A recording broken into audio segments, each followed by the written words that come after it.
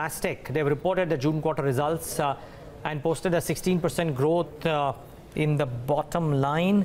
The top line grew about 9% on a quarter-on-quarter basis. EBIT margins expanded a little bit as well. In fact, about 20 basis points. Let's get in the CFO of the company, Abhishek Singh. He joins us right now on the show. Good having you, Mr. Singh. Thanks so much for taking the time out. How would you summarize the quarter? A 9% top-line growth in revenues seems to be fairly strong on the base that you have. Is this the sign of how the quarters ahead could look like? Yeah, thanks for having us on your show. It's been a pretty good quarter.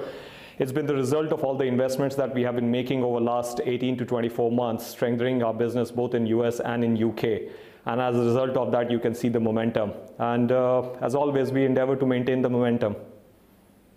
So there are two ways in which you can then tell us how do you expect to maintain the momentum. One is, I presume expecting such similar performances quarter on quarter might be difficult, but is the momentum looking strong for the next 2 or 3 quarters? Is it currently, with all the trade war fears going on and, well, Brexit not completely out of the window, is it possible to look 3 quarters out and feel confident about how the year could look like?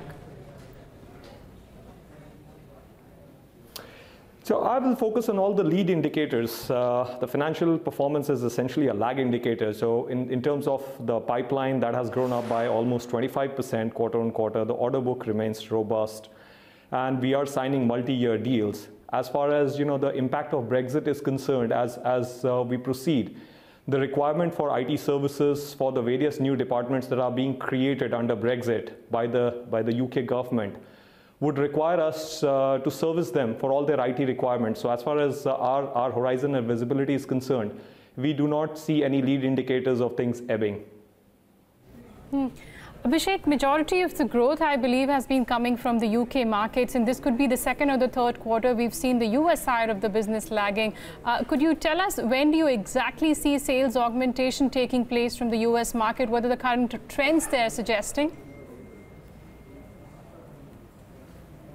Right. So actually, this is the first quarter where US has actually come to party. Sequentially, it grew 4.2%. Year on year, it was around 10% plus. INR terms, it would be even higher. And all the investments that we have been doing in the digital commerce space, you got to understand that we have retail as a sector going through the transformation. And the transformation is essentially from the brick and mortar story to the e-commerce or the digital commerce way of doing the business in future. And we have been helping them with that transition. So a lot of them have taken time to make the decision, but the direction is irreversible. Everyone needs Amazon experience, and that's what we are helping our customers with. So that said, we would like to believe that these investments would fructify. Put it in context that in UK we have been 22 years, if not 25 years old. In US, it's possibly a year and a half. So in that context, I would say that US is starting to contribute. EBIT margins, Abhishek, 11.2%. Is this something that can be maintained or bettered upon? So we would like to believe that there will always be an upward bias as far as the EBITDA or EBIT margin percentages are concerned. And as I've shared in earlier conversations as well, as we continue to grow and have the ability and the latitude, we'll continue to invest in the business at this size and the markets that we are in.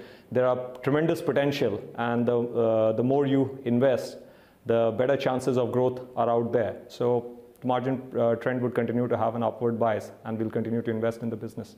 Would have loved to chat more, Abhishek, but we're out of time completely. The market's about to shut shops. We'll need to address that. But congratulations and thanks for the patience today, and all the best for the quarters ahead.